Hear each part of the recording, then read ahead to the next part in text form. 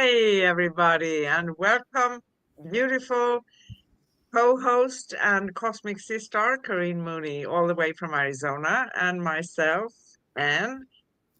And because this is pre-recorded, so I don't know where I'm going to be. But anyway, I'm somewhere on the globe. I'm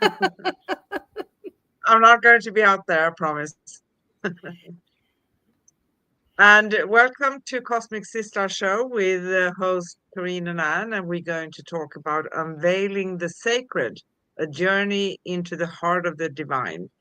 And this is digging deep into ourselves. I know that because it's about so many important things. We are so honored that you are here. This space is a sanctuary place where the mystical meets the personal and the sacred whispers through every story, insight, and reflection. In each episode, we explore the deeper layers of spiritual awakening, divine remembrance, and the subtle energies that guide us home to ourselves. What does it mean to live from the heart of the divine? How do we recognize the sacred in everyday moments? And what ancient wisdom is ready to rise through us now? Whether you're just beginning your journey or you have walked this path for lifetimes, like most probably, this podcast is a gentle companion here to inspire, uplift, and remind you of the brilliance you carry within. So take a deep breath, open your heart, and let's begin. The sacred journey is already here. We're living it. And again, today we are talking about unveiling the sacred, a journey into the heart of the divine.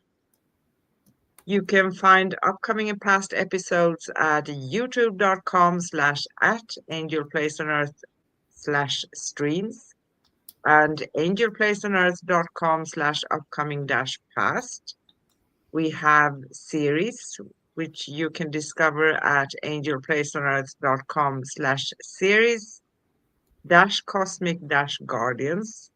You can connect with us, find upcoming shows, past episode, read articles, and connect with Corinne and myself at angelplaceonearth.com/cosmic guardians. Now, let's dive deep into today's topic. Well, this is a place I like to play. I like to play in my sacred space, and my because that is when I can feel the divinity within myself. And as an infant or a child, we're full of the remembrance of where we came from. We still feel that joy and that love as we begin to explore our new surroundings with great enthusiasm. And we hold this until we become older and we start hearing that we should and shouldn't, and we could and we couldn't. And this gradually allows our memories of where we came from to fade. But we can reconnect with this. Even with the new rules and the new phases and the new ways to express ourselves, later in life, we began to remember. We remember a time when we loved effortlessly, where we were feeling the connection to something beyond our words, and that was the center of our soul and not just a faint memory. So what do you think about that? That is absolutely beautiful. And it's for me, it's so true. It's a very foundational truth. Because when we are born here and when we come into this world, some of us, and I know I'm going to make a joke now, like always, right? I know that I took a peek and I said, oh, I don't know if I'm going to come out. I'm waiting a little bit longer, as long as I can in here, because it's cozy before coming out and everything is going to start, right? But actually, I feel personally that I was very fortunate because I basically grew up with my great grandmother, and I loved her. And she was born in the 1800s, late 1800s. Wow. Isn't that a bliss, right? But I come from a very, very modern family, very awakened, very mindful, but also not religious in any kind, right? So I had that foundation, and I think I chose. I know that I have a great connection with my great grandmother, so I'm very thankful to her for it. And of course, my other family did their very best as well. Everybody does. Yeah. But I think she gave me and my grandfather, which was not really my grandfather, but he was living together with my great grandmother. So very modern family. They didn't Ooh. do much in those days. Yeah. And they lived together for 40 some years. Wow. Wow. Amazing. Yeah. I had a similar experience coming into the world. Um, I wasn't supposed to live after 2 weeks, and periodically through my life, I had other exits that I could have taken. However, there was something within me that said, "Well, you're here. You might as well just put your boots on the ground and see what it's going to be like." Um, and where we differ is, I had a family where my grandmother and my great grandmother were very staunch in their religion, not belief, their religion. And uh, fortunately, my mother and my father were, they weren't spiritual as much as they weren't dogmatic religious. So they give me a little bit of room to kind of be myself, so to speak. And it took me a while to kind of reconnect with who I was. Although when I look back on my life, there are many times that I realize, unbeknownst to me, I was going into that sacred space. I was connecting to the divine because that is what I came here to do. And it got me through a lot of tough situations without me putting a name on it, that I was, you know, I just always knew I was really different. Yeah, well, that connects us again. Even if we had a little slightly different experiences, I always also knew because I was different. Hmm. And the environment helped me to grow my own abilities because I was kind of being accepted as I was. Yeah. A little bit later in my life, teenager, maybe that changed a little bit, but I had the foundation. And I actually moved out from my mom when I think I was 17 years of age. Yeah, I did too. And so, yeah, you did. And I started to take care of myself. Yeah. And you know, at the time, maybe it was a little bit challenging, but I'm grateful for each and every experience in my life because, you know, when we are wanting to come into our hearts and connect with the heart of the divine, there are no shortcuts. And No. because as species, and this is my perception, as human beings, we are a little bit convenient and want the easy way if we can.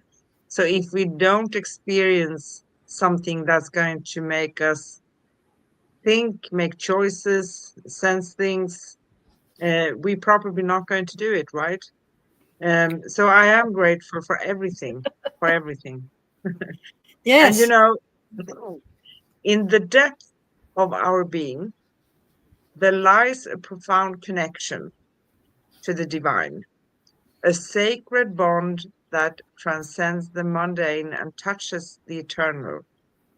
This journey into the heart of the divine is not just a spiritual quest, it's a transformative pilgrimage that awakens the soul and illuminates the path to our true essence. Yes. And I find that in the times when we are silent and we hear these faint murmurs of other times, of places, of contentment, of peace. And sometimes when we're being bounced around, we have that memory that there is a place where we can find solace and comfort. And then we begin to wake up and we yearn for that peace and that joy. And we have a sense that there's some mystical path that we might find. And if we just be still and be persistent, that we may find the path that will lead us back to the place we seek. Yes, exactly. And my first real difficult challenge for me was when I was 10. That's when my great grandmother died. And a loss. And of course, I started questioning things, but it wasn't until maybe around my 20s when I lost my boyfriend, another loss, that I really said that there has to be a meaning to things. Why is this going on, right? What's happening? And I, from a very young age, I did see spirits. And one morning, I think I was around 5, 6 years of age. I don't remember exactly. I went out from the bedroom and I was living with my mom on the weekends. And then I was, because she worked shift work, she worked night shifts, right? So that's why I grew up with my great grandmother. But on the weekends, not every weekend, every 2 weekends, I think, I was with my mom. And I went through a hallway. We were living in a very old building, and we had the kitchen to the right and the living room to the left. And as I wanted to go to the kitchen, I think maybe I wanted to take a glass of water or something. And I saw a lady sleeping in the couch. And I was so scared that I ran into the bedroom and I locked the door with the key. And I told my mom, I could see her like she was really like a real person, but I didn't go into the living room. And I said, there's an old lady sleeping on our couch. And she said to me, there's no one there. Yes. So, yes. yeah. So, I did a few things. I started off seeking when I was 20, but I didn't pick and choose my conscious journey until the year 2000. Thus, I was 36 at that time. Yeah, it makes 36, yes. So sometimes it takes a while because we are so caught up in the world. We know that there's something out there or in here that we can connect, right? Yes. But we don't seek if we don't encounter something usually, right? That's true. And we both are products of our environment. And we've mentioned this before, that we can only make choices and decisions from the information that we have at hand. And if we only have one version of what life is supposed to be like, it's not until we start having experiences that say life can be different, that we start saying, I've got the courage to break away from what everybody else does, to kind of adventure into seeing what's out there. And that feeling that's deep within us, that is bigger than us, it kind of allows us to maybe happen to meet somebody that's thinking that a little differently, and maybe a book, maybe something that kind of nudges us to break away from what we had, and bless what we had because it got us to where we were, but also welcome the fact that there's something inside of us that's coming alive, that's saying you are so much more. And Yeah. and listening to that that frequency, that light memory. And every now and then you get a glimpse of what it was when we had that divine connection. And then we start teaching ourselves ways of feeling that connection more. And Yeah, there are people that sometimes seek that and they don't know that it's within. So they go without. They try drugs. They try um, going to see different shamans that are going to take them into an altered state, rather than realizing that you can become that altered state and have that connection without the help of synthetic drugs and rituals. exactly. And I think one of the biggest challenges for us is that we can only see and experience what we think we already know. This means that to be able to expand, we need to find something. Someone says something, like you said, a book or something, that's going to nudge us to expand, because we need to expand our consciousness Mm-hmm. for us to be able to see something else, something different. And that is why the process, in my mind, is so it's wonderful, but it's also maybe challenging sometimes, because I can't really see and understand and perceive what I do not know what it is, right? Exactly. I mean, there is a true documentation of when the Spaniards um, came to South America, and they were greeted by the Indians because it had been foretold that these people would come from that direction, and they were supposed to be revered. Unfortunately, my input. Um, However, when they showed up in these little rowboats, the um, the natives couldn't figure out where they came from. They just seemed to appear, like boom, they were there. And so a priest was with them because he could write, and he was documenting this. And they were trying to say, well, these are just small ships, but we came from the big ships that are sitting out on the horizon. And the natives looked and they saw nothing. That they had no way to perceive what was out there. And he said one of the shaman decided that he was just going to stare out there until he could figure out what was out there. And after looking and looking and looking and looking, the shapes of the ships came into view because he had no concept of something that big out there in the middle of the ocean. And when he realized that, yeah, they were out there, his knowledge was then able to go to the rest of them. And they all, oh, look, oh, like they just appeared. And this happens with people that see UFOs, and why 6 of them can see the UFOs and then the others don't, because in their mind they cannot conceive something beyond what they know. And I think our journey has been to remove the obstacles that keep us wearing blinders.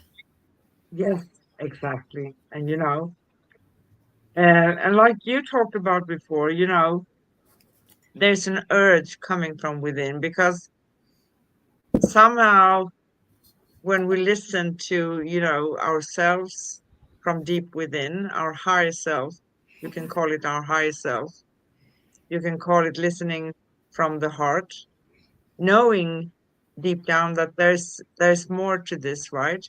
Mm-hmm. So it's like a call to the divine, and each one of us have our own unique way, and sometimes it may be a whisper that's very quiet. Sometimes it may be something that feels like a shouting or scream, you know.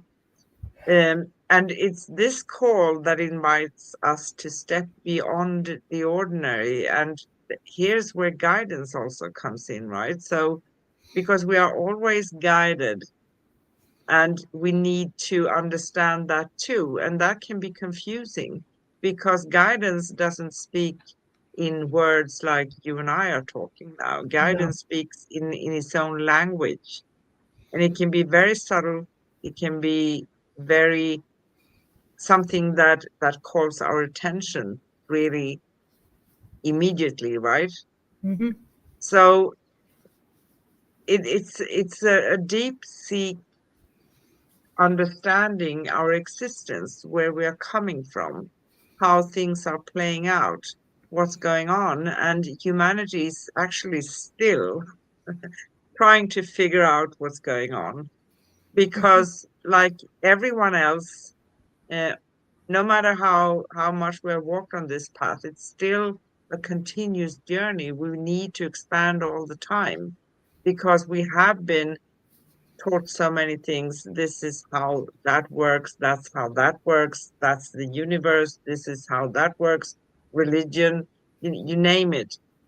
And we need to find our path through all of those things coming out on the other side. Does that make sense?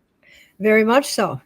Um, I mean, I as I traveled this path, first of all, I never intended to get on this path. Me neither. it kind of uh, slowly wrapped around my heart and said, "We got you. Just keep going." And eventually, I began to, as I after my divorce is when I was really able to step into this. And it started very innocently as becoming a massage therapist. And then I was introduced to energy work. And then after that, it really began to widen. It said, yes, you are very good at what you do. And I was a medical masseuse for 50 years. And but then when I became a Reiki master teacher and started understanding the subtle energies, and then having the Celestine prophecy dropped in my lap, and I'm going, okay. And then I read another book, Jonathan Livingston Seagull. And here's the seagull that's just living his life, doing what every other seagull is. Get up, go fight for the food, and then go eat, then lay eggs, and then go back and do this every day. But Jonathan began watching the other birds fly higher than seagulls could and go further.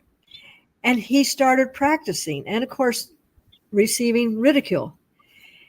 And then magically, he was able to do it.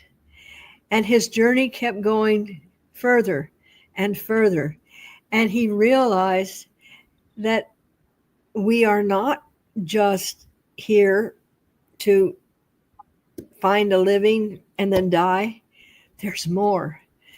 And I think with each introduction of, yes, there is more. There is more. You are capable. There is something that's going to give you that peace. And slowing down long enough to listen, and then allowing, when I did meet someone, to maybe investigate a little bit, not go wholeheartedly. This person has all the truth, because the truth is within. And that's beautiful. And many of us, and we have probably been in that place too in the past, long ago.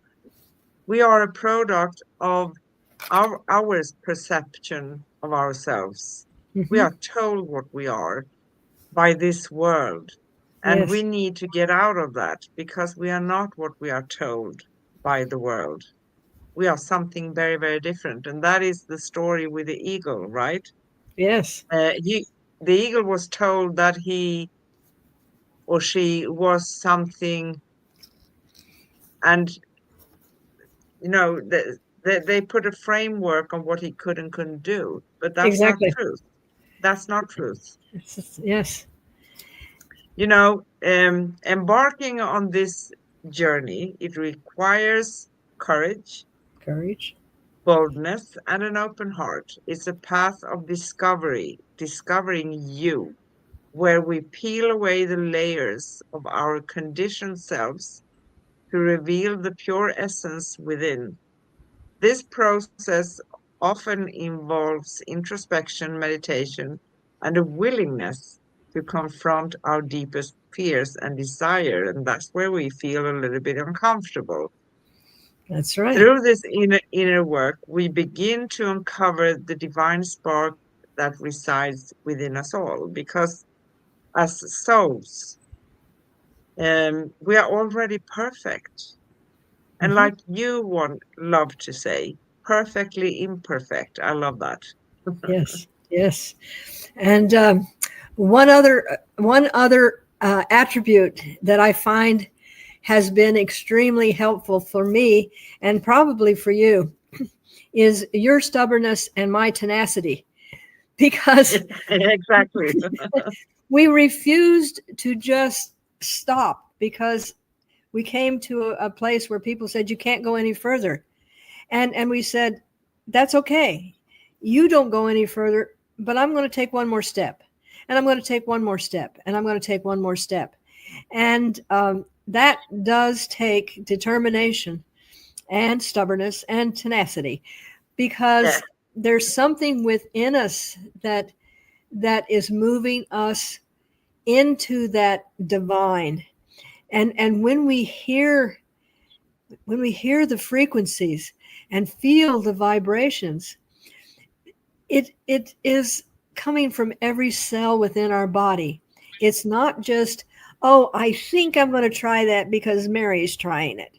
No, it is a longing to be reconnected to what we are beginning to remember we had as a child. Yes, exactly. And you made me remember a personal story. There is a lady, and I've seen her and her husband, Sandra and Marcus Ray. They came to Stockholm 2016, and that was a miracle too, because in 2 days I managed, she's famous worldwide, I managed to get a time to go and see them.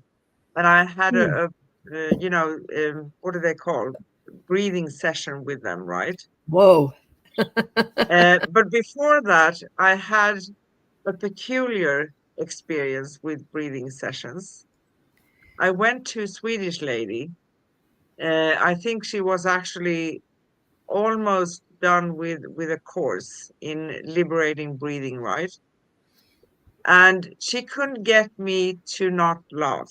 And the more she said to me, "Don't laugh," the worse it got, because I was, kind of, when you are, oh, geez, I couldn't stop laughing. But I got to certain points with her where I could feel, when you are so relaxed that your body feels the waves. So it was perfectly imperfect, maybe, for her. She wasn't really happy with my progression, but I was. But I didn't go. I went 2, 3 times. And then I came to Sandra and Marcus Ray. And that was a totally different experience. And they said to me, but there's no wrong with laughing. Yes. And we know the power of laughter. And laughter heals.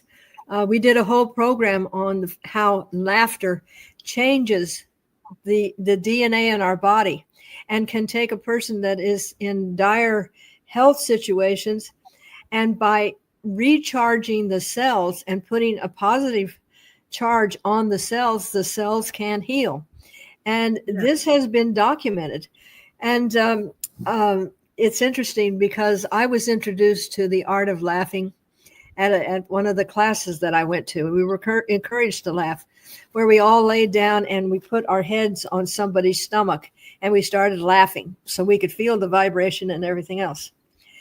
And Louise Hay, I love all of the stuff that she put out, but when I was going through my where am I going type situation, I found a tape that was nothing but laughter. These people had planned to have like a podcast that they were recording, and someone got the giggles and they couldn't stop. Well, they didn't realize that the recording was still on, and they laughed for almost an hour. And now, even at the school where I go and volunteer sometimes, you can actually take a class in laughter. So, Wonderful. what was a negative to one person that Yeah. hadn't yet seen the benefits of this, and the person that you finally got with said, that is the communication with spirit. Yeah. We- I think that, the essence of these stories here are that when we get into too much control of something, instead of doing it in a free way, because we can't really do it wrong, but we no, need to do it in our own personal way. And maybe that was my way, but it definitely wasn't hers. And she was that's, not happy with me laughing all the time. that's And, true. at the end, because I am a happy person generally, and I laugh a lot, so I could really not stop. I was laughing for the full hour Yes. in there too. I mean, there have been times, uh, my meditation group is not, om, and then, get rid of the outside world and all that. It is very much being just in the open heart. And there have been a couple of occasions where before we started meditating, somebody would be saying something, and we would get into this conversation where we were just rolling on the floor with laughter. And half of the meditation time we were laughing. And instead of taking that as, oh, everything got interrupted, I'm not having my holy time and everything else, I would thank them for blessing us with the laughter, because we were now going into a meditation that was full of joy and embracing upon it. And laughter is a great subject, but laughter connects you with the divine Yes, it and does. connects you with the ethereal. When a baby laughs, the angels laugh.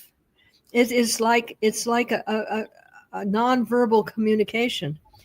And finding the divine is not, everybody finds them differently, but you don't have to sit on a mountaintop in a loincloth, which wouldn't look good on me. But um, it is having that interconnection and It is. It and is. And remembering. yeah, it's I think this journey calls upon us to be authentic, right? First of all, Mhm. and have courage, being bold, and being a little bit stubborn. It's very, very handy. Not giving up, not Yes. saying to yourself and putting up the framework, saying to yourself that, well, I can't do it because I have too many things that are blocking me. Well, if you say that, you already stated and put up the framework. So that's not going to be good for you. The journey into the heart of the divine is not confined by moments, like you said, on a mountaintop or something, of meditation or spiritual practice. It is woven into the fabric of our daily lives. You live it, it's a lifestyle. So you gradually come into an understanding of yourself, and life actually gets easier, right? By cultivating mindfulness and presence in this moment, we can transform ordinary moments into sacred experiences. And basically, we can experience miracles each and every day Mhm. if we pay attention to them, because they do happen all the time. Whether it's through acts of kindness, moments of gratitude, or simply being fully present with loved ones, we can infuse our lives with the divine. And I can also tell something that I've experienced almost every time I'm connecting to give um, spiritual advice to people calling me. So when I receive something, it's very often full of sometimes old-fashioned words. That's funny Mm-hmm. somehow, because it shows that it's not something that I would say. Yes. And second, they have the most brilliant sense of humor on the other side. So they Oh, can yeah. show different things like pictures. It's fantastic. So we don't need to be, worshipping Not at in all. that sense the other side. No, we need to be authentic ourselves and talk to whoever is coming like a friend. Yes. And I always say that I appreciate my ascended masters and everything else, but I do not worship them. I, and I think that's why I keep this communication between us, because I am not in this form of, oh, I can't do anything right. I'm a sinner. I'm a this. I meet them where they are, and I think that gives us a better communication of being able to live in that. And I have found that when we are presented with little miracles, these are signs from our divinity that, hey, we got your back even in little things. Like when you find a parking place that's convenient, Yeah.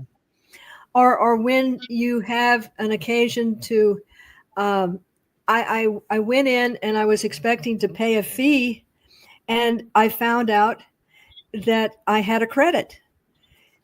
And I mean, I've been going to this place for a very long time. So how out of last year did this show up on their records that I had a credit? And it was $5. It wasn't like a bazillion dollars, but to me, I I I said thank you, because it was a miracle, and I appreciate every little miracle, because it is the divine showing us that we are connected. That is the important thing, that we're still connected. And, Yes, it gives you reassurance. it does. And the best approach, in my perspective, is to actually just follow. We don't need to run and jump and do big things. Sometimes we can feel that, okay, I received a few signs here, some guidance. I don't really connect the dots yet, but I'm chilled out and I'm peaceful, I'm relaxed, and I know that I'm going to see the next step. It's going to unfold itself, right? Yes. So we have to have patience. We have to have that confidence also. And we have to have, the stubbornness, because it comes extremely handy. But we need to pay attention. Where am I channeling my stubbornness? Hmm. What do I do with it? Right? Yes. Yes. Um, One of my students who is embarking on the self mastery uh, course that I'm helping her with, and she posed a question to me. She said, I feel like I should quit the job I have and just pursue her spiritual path, which is working with sound and everything else. And she's in a new location. And I told her to just allow for the signs to give her an indication to not abruptly do one thing just to pursue the other thing. Find a balance where she could possibly, have that income coming in, and then on weekends and in the evenings pursue her other path. Well, she texted me the other day and she said she had an opportunity to interview with a different place and was accepted, and it will be part-time, which would allow her to be able to pursue her other. And she said, you were right. I just let it happen. And I said to her, I said, when you go with the flow Yeah. and allow the energy to grow, I didn't say it that way. That just came out of my mouth right now. But when you allow that energy to be your guide and allow what is to be to reveal itself to itself. And she said, oh, that's what that means. And we all are in this path of discovery where we're given things and then we have to kind of decipher them. Yeah, exactly. And intentions also are very, very important. It doesn't mean that we need to know all the details about something, but I have an urge to do something. I see a goal, I send out intentions, but intentions can also be, if I'm not really sure yet what I'm going to do to reach where I want to be, Mm-hmm. searching for things, that may also be like an intention because I'm putting in my effort in there. So That's right. it shows. Sometimes there are small steps, other times we take bigger steps, right? But That's we right. are moving towards. And I think we said this multiple times before, but when we manifest things, when it's finally coming to us and we are there, it never looks like we were thinking in the beginning. It's usually way I'm it's sorry. usually way better, and we are not stopping the energy by restricting it with our fast ideas. You know what I Yes. mean? Yes. Yes. I don't apologize for laughing, but No, no, no, no, no, you brought to mind um, how true that is, that we have no idea how the universe is going to manifest what we desire. And 10 years ago, I have always wanted to have a healing center and a place where I could teach. And I had great expectations of what I thought I wanted, but it wasn't manifesting. And my friend's husband is a contractor, and I'd seen some of the things he built. So I put on my bathroom window that Rocky, his name, was going to build me my castle, and I'd have all new furniture and all new furnishings. But I didn't have an address on there, and I had it up there, and I just left it. It was just I was inspired to write this. Okay, so I wrote it, and almost a year to the day, I was up with my friend, and we were in her cabin. I was teaching her meditation, and I get a call that my house is burned down. And so I come back to the house, and the walls are there, but the roof is now my floor. And my dogs got out, thank God. And I'm looking at this, and I'm going, whoa, now that's interesting. And I said to Rocky, who was already there waiting for us, I said, when you rebuild my house, I want you to leave the roof off so I can see the rain and the stars and everything else. And we laughed. And he did. A year later, my house was complete. And I realized that as I'm building this house, and I built it, my great room can hold 40 people. I built it as my healing center. And I never knew what Rocky's company name was. And then he asked if he could put a sign out there. His company name is Castle Builders. Wow.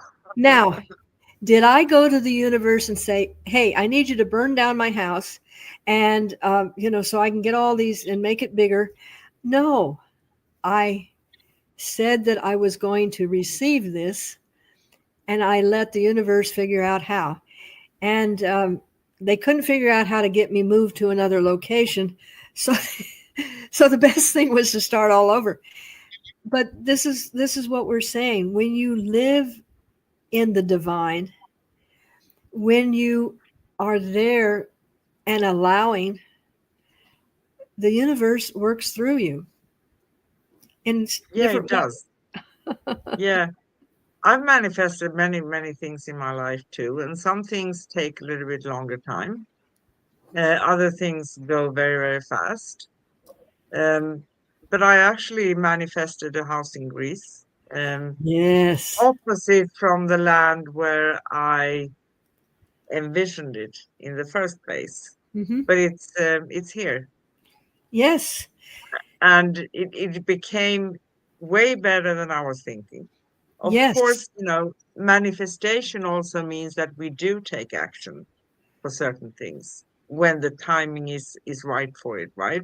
So when Yes. we are presented with something, now it's time to do this and this and this. But we can manifest anything, anything. And this is where not being stubborn, saying, well, I wanted it here, I wanted it this way, and this isn't really my dream. And instead of saying, wow, what are the possibilities of being in this situation? And there again, that allowing, and always an attitude of gratitude. But divinity and living in the divine is living in that sacred space that just wraps around you and says, everything's okay. Yeah. And there's a difference in manifesting things for yourself and things, you could say, or a situation for yourself. But there's a difference also if you try to manifest something for someone else Hmm. without their consent, because Yeah. that is really important. You cannot manifest a relationship with someone No. who doesn't want to be with you. It's not Mm-mm. going to happen. So you have to deal with it. You can't change someone else, right? Because we have free will, and that is manipulation and interfering in a way with people without their conscious consent. I call that something that sounds horrible, but it is Yes, horrible. it is. Spiritual rape. That's It what I call is. it. It really is, because um, and that is one of the I don't use that particular term when I'm talking to my students, but it's the same thing. You cannot have you can have the intention that the energy is flowing into this person for their highest good. But if you Yeah, say, well, I want to fix their broken toe, and their broken toe is actually a symptom of something else, or you want to, get them with that person they want to, that's manipulation. That is not yeah, coming from heart. That's coming from ego. And yeah, and having the ability um, to step out of the way and to let the universe and the divinity be the guide, and then be grateful for that new experience, rather than having to, you know, be there making everything ex- happen the way you think it is. Because believe me, what we conceive is not nearly as magnificent as what the divine can conceive. exactly. And um, when you want or do something, you manipulate someone else's energy. Let's call it that. Yes, You claim it's the same as claiming that you know what's best for them. exactly. So you are violating their free will, right? Exactly. Exactly. And this I find a lot when dealing with certain facets of society that are so intent on spreading their idea of a spiritual connection. And I can't associate with you because you don't think the same way I do. I can't I can't tolerate you.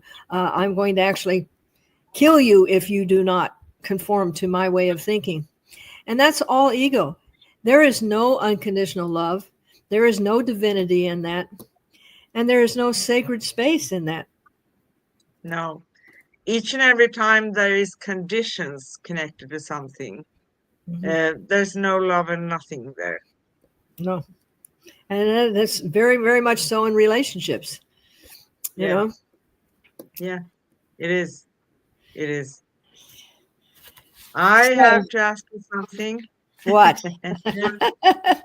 Are you ready for the hot seat? I just had a feeling that eventually those. Yeah, I was getting a little yeah, okay, what is she? I love it. I really, because you put me on the point, you make me think. And that is wonderful because a lot of times we just we resolve something and then maybe we don't go the rest of the resolution. And you come up and you start poking and go, "Oh, okay, let's think about that." Okay. All right, I'm ready. Okay. So, what does the sacred feel like in your everyday life? Peace, freedom, contentment, um, no competition. Uh, it's as if I am effortlessly floating through life, and when a, a physical human situation comes up, I can resolve it in a way that we both have gained some insight. And I really, having now consciously been as daily as I can living in that place of divinity and that place of sacredness. Um, the last 2 years, and I've been on this path 50 years, but the last 2 years, it is as if another brilliant door has opened. And even though everything is not as you would expect in your material world, where I live, it is so divine. It really is. So I, I'm very blessed. And I'm very blessed too. And, for me, the sacred is, waking up in the morning, seeing the sun or seeing the rain. I love rain. I do too. I'm very compassionate about rain. I could actually go out and dance in the rain because I love it. I learned to love it. And, you know, bliss, joy, wonderful miracles that we can experience and see on a daily basis. Yes. It can be small things, big things. It doesn't need to be always life changing. Just tiny small things sometimes to be happy over, feeling gratitude um, for being here, even if it's challenging sometimes, but that's okay. I signed up for it. Yes. So, where have you experienced divine presence in unexpected moments? Here we go. Um, so many that it's hard to think, but being able to be in that divine presence when my firstborn was born with heart problems and deformed hands, being able to have a sense that we were going to move through this. Um, the moment when he was 11 years old and he passed, I felt this overwhelming presence that everything was in its right place. Going through a divorce, going through not having enough to pay the bills. Each time that I've had a diverse situation, I have had this feeling that I was being held, and that it was part of an experience that was going to allow me to be able to better help the people when I got to another stage. So I guess um, I've even though I wasn't aware of the words, I was feeling the divine presence. That's beautiful. Yeah, I think, for me also, I've always known that whatever life throws at me today, what I'm experiencing, sometimes it can feel really, really deeply challenging, right? Um, that this is going to pass too. I know I'm going to make it. I'm coming Yes, out on the other side. That for me is divine presence too. Like something is holding you, yes, um, something is carrying you through challenges. yeah. And it's not the people around you, but there it's a deeper knowing. And uh, I can remember times when I felt completely abandoned, and because I hadn't yet allowed that feeling to be in my consciousness. It was there; it was always there, but I was just like, yeah, I'm going to be. I've been having a bad day, and get on my pity pot. And but I have found in later years that no matter what adversity, I always have that reassurance that, hey, we got our arms around you. And it sounds, sometimes when you're watching a movie and somebody says something to that effect, and it's the way they say it, because they're not feeling it, is like meaningless. But when you have actually learned how to experience it, it really does have a different feel. You Yeah. know? I had kind of something like that I experienced last year when I broke my leg.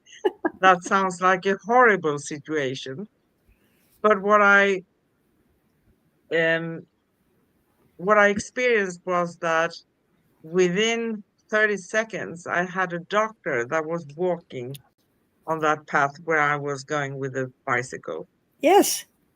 And he came to me and he yelled at his parents. They were, I don't know, 50 meters away, also doctors, right? Three doctors. So my experience that time was that, okay, you messed up. You didn't go with your gut feeling and your intuition. You shouldn't have done this, but we have you. Yes.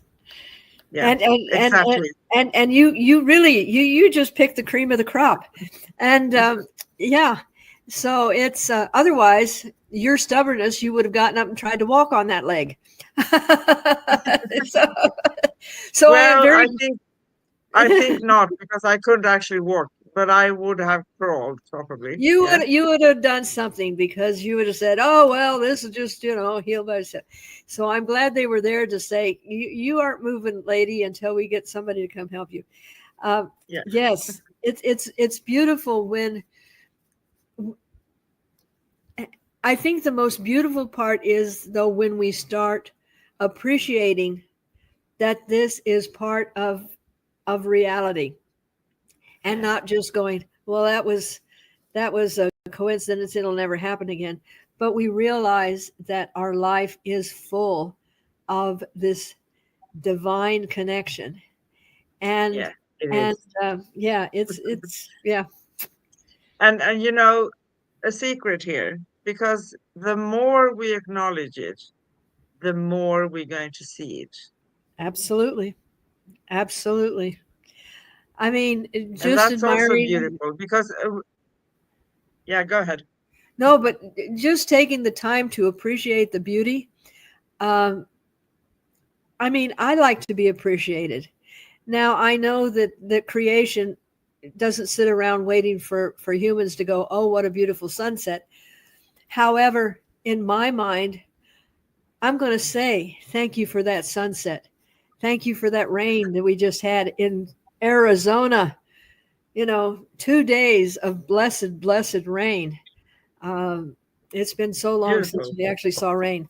And yes, I too dance in the rain. It's like tradition, make chocolate chip cookies and dance in the rain. But in our attitudes of gratitude, it allows us to be more connected and to see more of the miracles that happen. Yeah. And that's beautiful. And third question, what helps you stay connected to your inner truth and spiritual path? Good question. Oh, it feels so good. it and that's the honest truth. I'm going to, I'm getting thoughts. And Oh, I knowing how I used to feel in doubt and confusion and everything else um, and the freedom, but it does. oh. Hey, you ask these questions, you come up with these questions, you're going to get the answer, my dear. Oh, yes. Oh, my goodness. I know, I need to gather myself. Oh my God. Didn't expect that one, did you? Oh, my goodness. Oh, blessed laughter. Yeah. So how do you know? How would you answer that question? How do how do you feel when you stay connected? Um, yeah, what helps me to stay connected, that I learned to not try to figure things out in advance. More than sometimes in this life, of course, we need to do some planning and stuff, right? But I'm relaxed. Doesn't really matter. It's going to resolve itself if something is going to come up, and usually does. Yes. When I get into my mode of fighting it, resisting it, or trying to fix it, that's when it takes longer time. So That's yeah, true. I know. Yeah. Hey, listen, I'm human. I like to feel good. You know, if You I you made me cry of laughter here. if you have a choice between butting your head against the wall and feeling good, hey, listen, I'm not stupid. I'll take the feel good.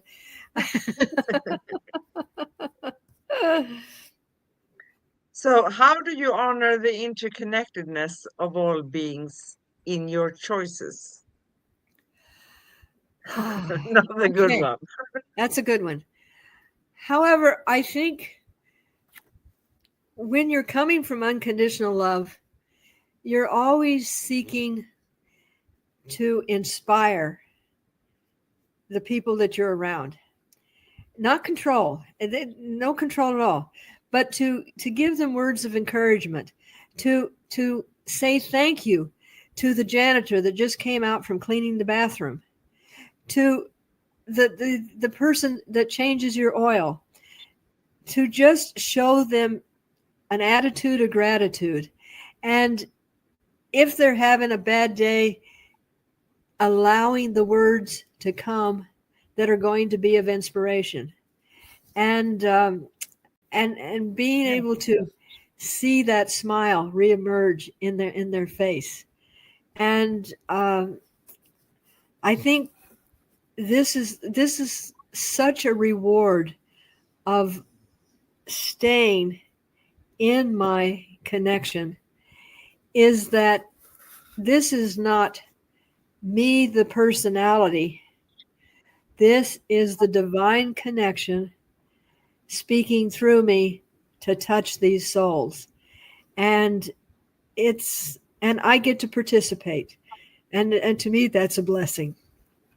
That's a blessing. Wonderful. Yes.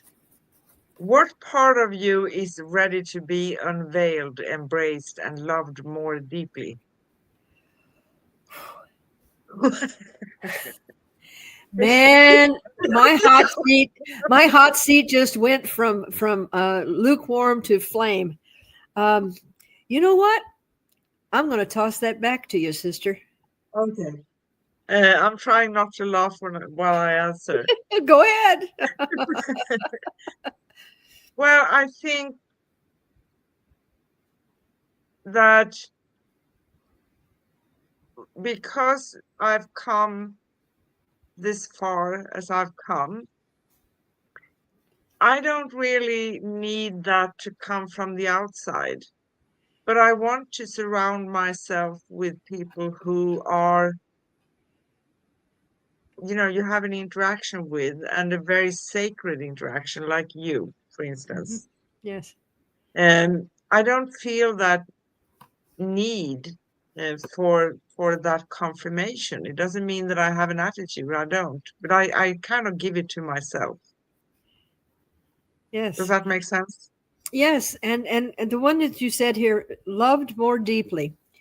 Uh, I think like you, because we're working so much with energy, and we stay connected as most humanly we can with the energy, and we learn how to motivate it ourselves, that being loved deeply is something that I know that I feel all the time. And it comes from the universal love. It comes from nature. It comes from all the things around me that are put there to show me that I am loved. And Yeah, it so supersedes just human love, which is beautiful. But human love in so many situations is confined to a feeling, where yeah. if you are living in the energy of it and the vibration of it, it's a whole different thing. So, It is a totally different story, actually. yeah, And there are all like the part where it says unveiled. Yeah, there are always parts that are coming up. But always. when fear is not present, um, there's nothing to fear. It's just to see what is this? Is it triggering something? It's me. It's a good feeling. What is it? Yes, And also with human beings, and the human love that usually comes with condition. So if you don't do what they want you to do, they can say, I don't like you anymore, right? exactly, exactly. And that part doesn't bother me. It doesn't mean that I have an attitude. No, I'm not. I'm very humble. But it doesn't. It's like when you pour water on a goose, it's sliding off. Yes. Um, you can tell I watch a lot of television, but I learn a lot from it. There is a movie out, and the woman goes to Africa after her divorce, and ends up on a reserve where they save elephants. And she received her divorce papers, and the man in the picture says, one thing about elephants is they love unconditionally, and they will love you always and never leave you. And she says, I think I'm with the wrong species. And and this is true. uh, Animals love unconditionally. They I mean, do. if they're mistreated, they're going to be fearful, and they're going to be, want to stay away from you. But when an animal is loved, you can forget for an hour that it's past their feeding time, and they'll just kind of look at you, but they don't stop loving you. They don't stop loving you if you gain weight. They don't stop loving you if you change your hairstyle. There are no conditions. It's just pure, I am here. And um, and I think that's the beauty of when you get to a point where you realize that you are connected to that divine, where you Yes. are connected to your authentic self, um, everything that happens around you and outside of you, it's just the movie going on. It is not about you. And No, it's not. It's not, actually. yeah. Well, Beautifully said. can I turn the burners off that are underneath my seat now? Yes, And yes, yes, yes, yes. You can relax.